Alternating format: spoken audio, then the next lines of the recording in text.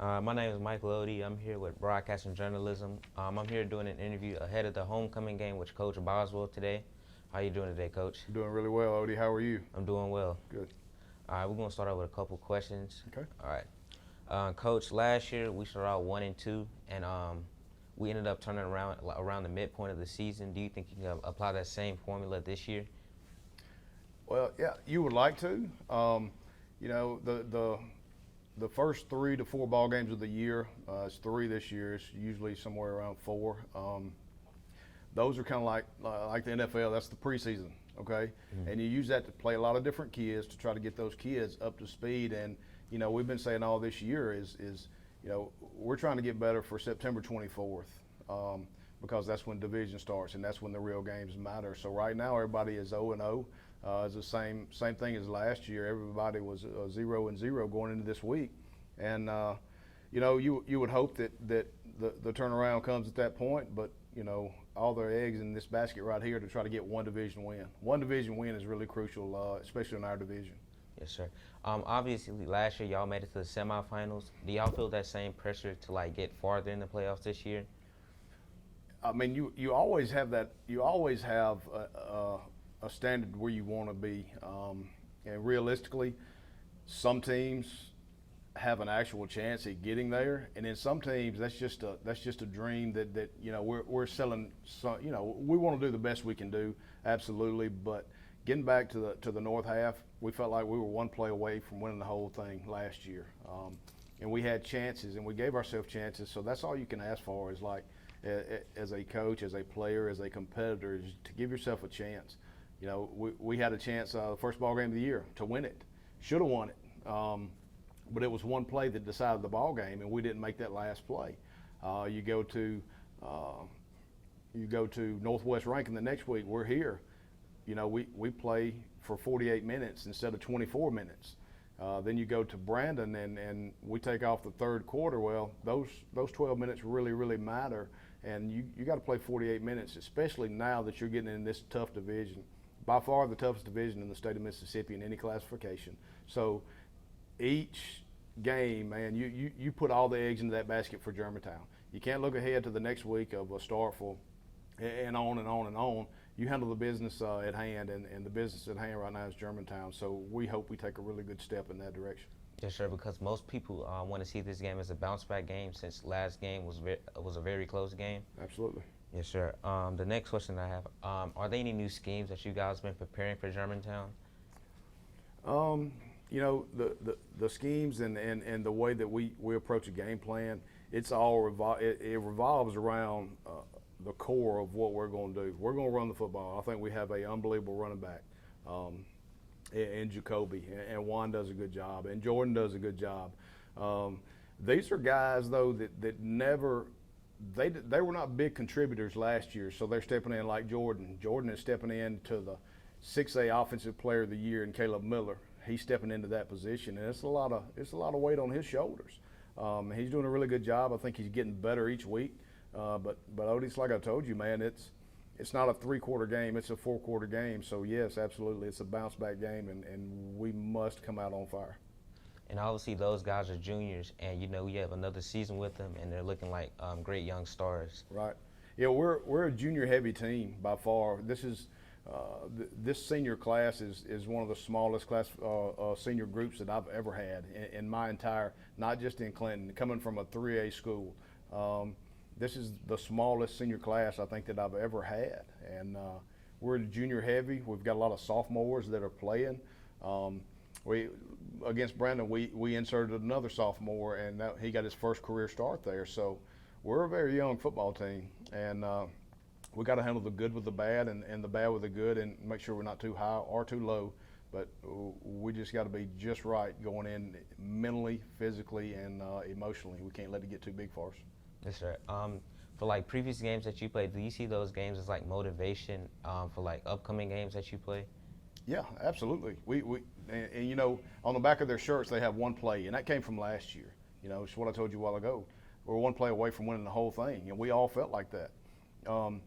Right now, we're 3 plays away from being 3-0. You take 1 in the first game and 2 in this previous game against Brandon, You know, we're 3 plays. That's how small the room for error is. Very, very small. You can't make errors. You can't bust coverages and leave people wide open in 6A football. Whether you're a senior, sophomore, or junior, but you don't expect that from somebody who's been out there playing a lot. And it is what it is. We can't make those mistakes, and if we continue to, those kids won't play. For this homecoming game, we're going up against Germantown, and last week they came off a loss, and they're going to be trying to use that as motivation. So how do you try to combat that their extra motivation? Well, we don't really worry about Germantown's. We try to keep it in house, and we worry about us more than we do the other team. So our focus right now is, Germantown has 2 of the best players in the southeastern United States in the defensive lineman and their running back. And not to mention, they have another running back, number 1. I can't think of his name, but he is really, really good. So we use that as motivation of saying, hey, what are we going to do to get a little bit better than we were last week? And for us, it's playing 4 quarters. It's playing 48 minutes. It's not anything they're doing schematically. It's not anything that we're doing. It's number 1, not turning the football over, not busting coverages. Those are 2 big things.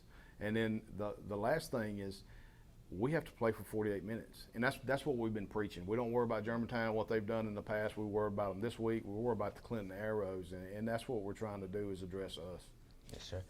Do you think your seniors will be more emotional since there is their last homecoming game for the Clinton Arrows? Man, I don't know. I'm going to be honest with you, and our kids, I think they think that as well, because that's all I preach to them. Homecoming is for kids that have graduated. That's what homecoming is for. The festivities and all that stuff, that's for people that are not playing in a ball game. The ball game's going to come first for us. Is it emotional? Sure, every game's emotional for us, but we treat homecoming, they wouldn't have homecoming without a football game. So we've got 48 minutes to play before we can worry about any festivities. But we treat homecoming as those are people that are graduated. You get to go back home to your old school and all of that. So we try to do a really good job with not letting the outside noise that's coming in or the activities. And it's really hard, but you try to keep a bubble around them and keep them focused on, you always say keep the main thing the main thing. Yes, sir. The main thing is Germantown coming into town right now, so that's the way we have to approach it. Yes, sir, because obviously, there'll be like alumni coming to the game. Absolutely. And I haven't never been on the football team, so I never knew that experience that most football players have. Right. Seeing that previous players may be in the stands cheering them on. Sure. And I think every school, Odie, they've had really good people that come back, really good players, really good actual people being the kind of person they are. But I think for the most part, and it's unique for me because again I've been here 9 years, but I'm gonna tell you something. We have some unbelievable character kids that have graduated and done really good things, and a lot of that some of that has to do with football, because that was a way for some of them to get out of here. And they've taken the lessons, and we always talk about. That's why football is like, you're in the South, number 1. That's king, okay? Number 2, football teaches you more about life than any other sport, because just the way that it's set up, the dynamics, everything that comes at you, you're going to have really good days and you're going to have really bad days, but how you adjust to it, that's going to determine what kind of, and that's what we want to do. What kind of daddy are you going to be? What kind of husband are you going to be? What kind of person overall are you going to be? And I really feel like football changed my life when I was growing up. I think it made me who I am today.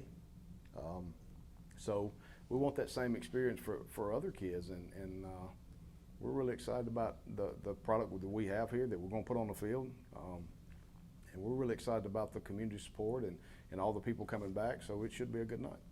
Sure. I want to add on to that point because, a lot of teenagers, they have a lot of pressure on them now as they're growing up, and a lot of kids see football as their escape from, the pressures that they face every day. Sure, and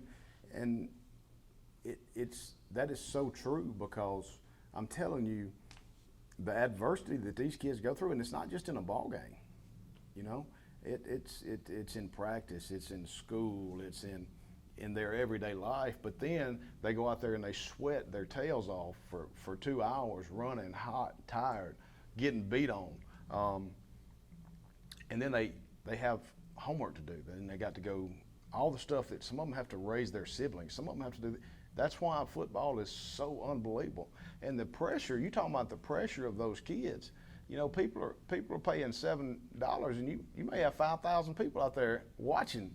You know, and nobody's going out there to mess up on purpose. And you know, that's why I think football teaches so many life lessons, man. Because nothing's going to be given to you at that point, and nothing in life's ever given to you. Do you have any advice for kids who like playing high school football? And, you know, some feel like they have to, they add more pressure to themselves to get like college scouts to look at them. Do you have any like advice to kids like that? A lot of people want to dream of playing college sports. Not very many people get that opportunity, and if that is your overall goal, number one, you got to handle your business outside of football or outside of sports. You handle your business in this classroom. These teachers are here to help you. Coaches are there to help you. Administration is there to help you. But when you're talking about using that as a tool to go somewhere else, to get out, to get your school paid for, to help you financially, to help your family, that is so hard to do, because we're not just talking about, hey, the athletes from Clinton High School. You're talking about athletes from the whole state of Mississippi, the southeastern United States, all over America, into Canada. You got people from Australia. You got people everywhere. And film is the best tool. We always say that. The big eye in the sky, it doesn't lie. And just like Odie said, man, I want a scholarship in football. Man, I want this, I want that. Well, look, here's a great piece of advice. Coach Boswell can't make you highlights. You have to make the highlights yourself, and that starts within practice. That starts with how you handle your business outside of football. There's so many things that go into that, because number one, when coaches come in, the first question I always get asked, the first question, what kind of kid is he? Is he a really good kid? Does he have any off the field issues? Does he have any on the field issues? Is he a bad person? Is he a selfish person? They ask that before they do anything else. They don't care how fast they see it on film. They know either you're fast, you're a good football player, or you're not. But they want to know about their inner workings. They want to know what kind of person you are. Because you don't want a bad person like in your classroom. The same thing with football. You don't want to be around bad people. You don't want to be outside of football in life. You don't want to hang around bad people, because why? Bad things will start to happen to you, right? So you can use it as a tool, but when you do that, you got a lot more boxes to check, because there's a lot of people. If there's 11 people that start on Friday night out here on offense, guess what? There's 11 people that start everywhere across this nation that are probably, some of them are going to be a lot better than you. Some of you are going to look better than you. Some of you are going to be 6'3", 190 pounds, when you're 5'8", 170 pounds. Your work ethic, the body of work that you put on film, that goes a long way. But the first question I always ask is, what kind of kid is he? Yes, sir. Thank you for the interview. That's going to wrap it up. Thank you for your time. Absolutely. Thank you guys so much. You do an awesome job, Odie. Yes, sir. Thank you.